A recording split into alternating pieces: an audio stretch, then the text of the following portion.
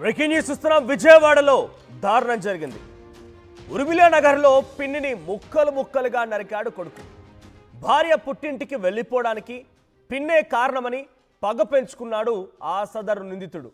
Minor అనేటువంటి తన కొడుకుతో కలిసి నిందితుడు తన పిన్నిని హతమార్చాడు. పిన్ని కాళ్ళు చేతులు మొండం వేరు చేశాడు. తల కాళ్ళు చేతులు అక్కనిసన్ స్కూల్ సమీపంలో పడవేశాడు.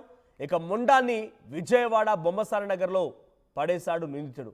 5 రోజుల క్రితం మహిళ కనిపించడం లేదంటూ మిస్సింగ్ కేసు నమోదైంది. అయితే అక్టోబర్ 1న మాయమాటలు చెప్పి పిన్నిని ఇంటికి తీసుకెళ్లాడు ఆ కొడుకు.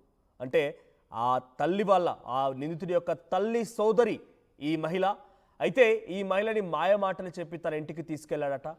ఇంటికి తీసుకెళ్లిన తర్వాత తన కొడుకుతో కలిసి పదునైనటువంటి ఆయుధంతో మహిళపై విచక్షణారహితంగా దాడి చేశాడు.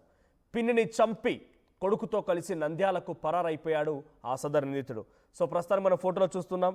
ఫోటోలో కనిపించినటువంటి ఆ సదరు మహిళ ఇప్పుడు దారుణంగా హత్యకు గురైంది. సో అక్కడ చంపినటువంటి ఆ నిందితుడికి సంబంధించి ఇంకా పోలీసు అదుపులోకి తీసుకోవాల్సి ఉంది. నంద్యాలకు పరారైనట్టు తెలుస్తోంది. కుమారుడితో కలిసి నంద్యాలకి పరారైపోయాడు ఆ సదరు నిందితుడు. సో ప్రస్తుతానికి పిన్నిని చంపినటువంటి ఈ ఘటన విజయవాడలో ఒక్కసారిగా కలకలు రేపింది. ఆ శరీర భాగాలని ముక్కలు ముక్కలుగా చేసి వేరువేరు ప్రాంతాల్లో పడవేసినటువంటి సంఘటన ఒక్కసారిగా అందరికీ కూడా భయభ్రాంత గురి చేసింది. మా ప్రతినిధి మణికుమార్ సిద్ధంగా ఉన్నారు. మణికుమార్, ఏం జరిగింది? పిన్నిపై ఇంతలా తనని హతమార్చి ముక్కలు ముక్కలుగా చేసి తల కాళ్ళు చేతులు మొండం మొత్తం వేరు చేసి వేరువేరు ప్రాంతాల్లో పడవేశాడు. ఇంత పగ కోపం ఎందుకు పెంచుకోవాల్సి వచ్చింది? ఏంటి అసలు ఏం జరిగింది? దీంట్లో ఆ నిందితుడికి సంబంధించి డీటెయిల్స్ ఏం తెలుస్తున్నాయి? పోలీసులు ఏం చెప్తున్నారు? గత 4 రోజుల క్రితం ఒక విజయవాడ ఉర్మిళా నగర్ లో మహిళ కనిపించట్లేదంటూ తన తల్లి కనిపించట్లేదంటూ ఒక వ్యక్తి పోలీసులకు ఫిర్యాదు చేశారు. ఫిర్యాదు చేసిన వెంటనే పోలీసులు విచారణ చేపట్టిన నేపథ్యంలో విజయవాడలో దారుణమైన ఘటన వెలుగులోకి వచ్చింది. వరుసకు పిన్నైనటువంటి వృద్ధురాలిని అత్యంత కిరాతకంగా కత్తితో తన కుమారుడితో కలిసి అత్యంత కిరాతకంగా దాడి చేసి హతమార్చి మహిళ శరీర భాగాలను కత్తితో ముక్కలుగా చేసి వాటన్నిటిని కూడా ఒక గోనె సంచిలో కట్టి అక్కడ ఉన్నటువంటి పరిసర ప్రాంతాల్లో ఉన్నటువంటి వివిధ మురికి కాలువల్లో పడేసిన ఘటన ఆలస్యంగా వెలుగులోకి వచ్చింది. ఆ ఘటనకు సంబంధించి పూర్తి వివరాలకు వెళ్తే ఉర్మిళా నగర్ కు చెందినటువంటి విజయలక్ష్మి అక్కడ నివాసం ఉంటున్నారు. అయితే గత కొన్నేళ్ల క్రితం 10 ఏళ్ల క్రితం నంద్యాల నుంచి తన అక్క కుమారుడు అయినటువంటి సుబ్రహ్మణ్యం ఫ్యామిలీతో సహా అక్కడికి వచ్చి స్థానికంగా పనులు చేసుకుంటూ అక్కడే ఉంటూ విజయలక్ష్మి వద్దే ఆమె ఇంట్లోనే ఉంటూ నివాసం ఉంటున్నారు. అయితే గత కొన్నేళ్ల క్రితం సుబ్రహ్మణ్యంతో తన భార్యతో గొడవ విభేదాలు రావటం, మరుసట తర్వాత భార్య అక్కడి నుంచి తన పుట్టింటికి వెళ్ళిపోవడంతో ఇదంతా కూడా ఈ వ్యవహారం అంతా కూడా తన పిన్ని విజయలక్ష్మి వల్లే జరిగింది. తన పిన్ని వల్లే భార్య పుట్టింటికి వెళ్ళిపోయిందని పగ పెంచుకున్నారు సుబ్రహ్మణ్యం. అప్పటి నుంచి కూడా పిన్నిని హతమార్చాలంటూ కూడా ఒక పక్క పథకాన్ని రచించాడు. అయితే 4 రోజుల క్రితం విజయలక్ష్మి ఒక కార్యక్రమానికి వెళ్ళి తిరిగి వస్తున్న క్రమంలో తాను ఇంటి దగ్గర దించుతాను అని చెప్పి ఆ విజయలక్ష్మిని తన బైక్ మీద ఎక్కించుకొని ఇంటికి తీసుకువెళ్ళి అక్కడ కుమారుడితో కలిసి వెనక నుంచి ఆమెను అత్యంత కిరాతకంగా కత్తితో పొడిచి దాడి చేశారు. పూర్తిగా హతమార్చిన తర్వాత శరీర భాగాలను కూడా కట్ చేసి వాటన్నిటి కూడా ఒక సంచిలో వేసి గోనె సంచుల్లో కట్టి వాటన్నిటిని కూడా అక్కడ ఉన్నటువంటి పరిసర ప్రాంతాల్లో ఉన్న మురికి కాలువల్లో పడేసిన పరిస్థితి. అయితే స్థానికులు మురికి కాలువల్లో ఉన్నటువంటి శరీర భాగాలను గుర్తించి పోలీసులకు సమాచారం ఉండటం ఈ వ్యవహారం అంతా కూడా బయటకు వచ్చింది. కేవలం భార్య పుట్టింటికి వెళ్ళిపోవడానికి కారణం, అదేవిధంగా కొన్ని ఆర్థిక సమస్యలకు కారణం తన పిన్ని అని చెప్పి కక్ష పెంచుకున్నటువంటి ఎవరైతే సుబ్రహ్మణ్యం ఉన్నాడో అతను కుమారుడితో కలిసి ఈ దారుణానికి ఓడినట్టు పోలీసులు ప్రాథమికంగా నిర్ధారణకు వచ్చారు. అయితే ఈ వ్యవహారం బయటకు రావడంతో కుమారుడితో కలిసి నంద్యాలకు పారిపోతుండగా పోలీసులు సీసీ కెమెరాలు, సిగ్నల్స్ ఆధారంగా వారిద్దరిని కూడా అదుపులోకి తీసుకుని విచారిస్తున్న పరిస్థితి కనిపిస్తోంది.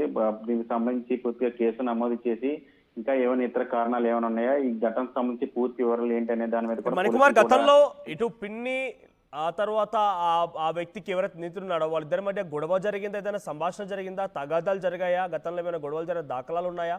డైరెక్ట్గా ఆ మహిళని ఇంత దారుణంగా చంపాడు అని అంటే గతంలో ఏమైనా గొడవలు జరిగిన సంఘటనలు ఏమైనా అనుమానాలు వ్యక్తమయ్యాయా?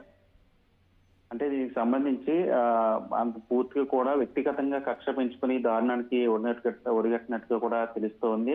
అంటే తన భార్య కొన్నాళ్ళ క్రితం విజయలక్ష్మి ఇంటి వద్దే నంద్యాల నుంచి ఫ్యామిలీతో సహా ఇక్కడికి వచ్చి విజయలక్ష్మి ఇంటి దగ్గరే ఉంటూ గత 3 ఏళ్ల నుంచి కూడా అద్దె కూడా చెల్లించకుండా అక్కడే నివాసం ఉంటున్న క్రమంలో ఆ సమస్యలు కావచ్చు, ఆర్థికంగా ఉన్నటువంటి సమస్యలు కావచ్చు, లేదా తన భార్యతో విభేదాలు వచ్చి ఆమె పుట్టింటికి వెళ్లిపోవటానికి కూడా కారణం విజయలక్ష్మి అని చెప్పి అతను సుబ్రహ్మణ్యం ఆడుతున్నాడో నిందితుడు విజయలక్ష్మి మీద కక్ష పెంచుకొని వ్యక్తిగతంగా ఈ కక్ష పెంచుకున్న తర్వాత ఈ దాడికి పాల్పడినట్టు తెలుస్తుంది. అయితే గతంలో వీరిద్దరికి ఎక్కడ కూడా గొడవలు జరిగినట్టు కానీ చిన్న వాగ్వాదాలు నడిచినప్పుడు కూడా ఎక్కడ పూర్తిగా పెద్ద ఎత్తున గొడవలు కానీ దాడులకు దిగిన సంఘటనలు ఏమి జరగలేదని స్థానికులు కూడా చెప్తున్నారు. ఇదేమైనప్పటికీ కూడా సొంత పిన్ని అంటే సొంత పిన్నిని ఈ విధంగా చేయటం అనేది ఇప్పుడు స్థానికంగా విజయవాడ వ్యాప్తంగా కూడా ఈ వ్యవహారంతో కూడా కలకలం రేపుతున్న పరిస్థితి కనిపిస్తుంది. శరీర భాగాలు ఏవైతే మురికి కాలం ఉన్నటువంటి శరీర భాగాలు కాళ్ళు ఒక చోట, చేతులు ఒక చోట, తల ఒక చోట, మొన్న ఒక చోట, ఇలా ఈ విధంగా మురికి కాలంలో శరీర భాగాలన్నీ పడేయటంతో పోలీసులు ఆ శరీర భాగాలన్నింటినీ కూడా సేకరించి పోస్ట్ మార్టం కి పంపించారు. నిందితులిద్దరినీ కూడా తన మైనర్ కుమారుడైనటువంటి నిందితుడు, అదేవిధంగా సుబ్రహ్మణ్యం ఇద్దరిని కూడా పోలీసులు అదుపులో తీసుకుని పూర్తిగా ఇప్పటికైనా ఆ నిందితులు ఎలా అదుపులోకి తీసుకున్నారు? అంటే నిందితుడు వాళ్ళే హతమార్చారు అనే రకంగా ఎలా అనుమానం వచ్చింది? వేరువేరు ప్రాంతాల్లో ఆ శరీర భాగాల్ని పడవేసిన దగ్గర ఆ నిందితులు దాన్ని రికవరీ చేయగలిగారా? సో వాళ్ళపై ఎలా అనుమానం వచ్చింది?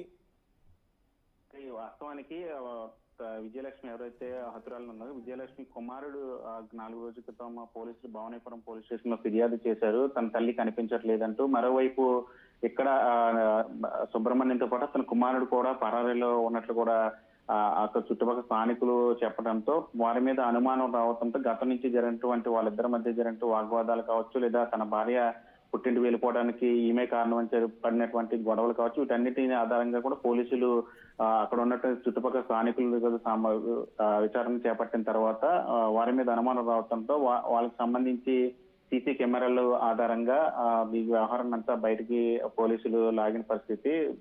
నిందితులిద్దరూ కూడా విజయవాడ నుంచి నంద్యాల వెళ్ళిపోయిన నేపథ్యంలో అక్కడికి వెళ్లి పోలీసులు ట్రేస్ చేసి వాళ్ళిద్దరిని కూడా అదుపులోకి తీసుకొని విచారించగా తామే హత్య చేశామని వాళ్ళు ఒప్పుకోవడంతో వాళ్ళిద్దరిని కూడా అదుపులో తీసుకుని పూర్తిగా దీనికి సంబంధించి కేసు నమోదు చేసి లోతుగా దర్యాప్తు చేస్తున్న పరిస్థితి కనిపిస్తుంది మనకు. Right, thank you Manikumar.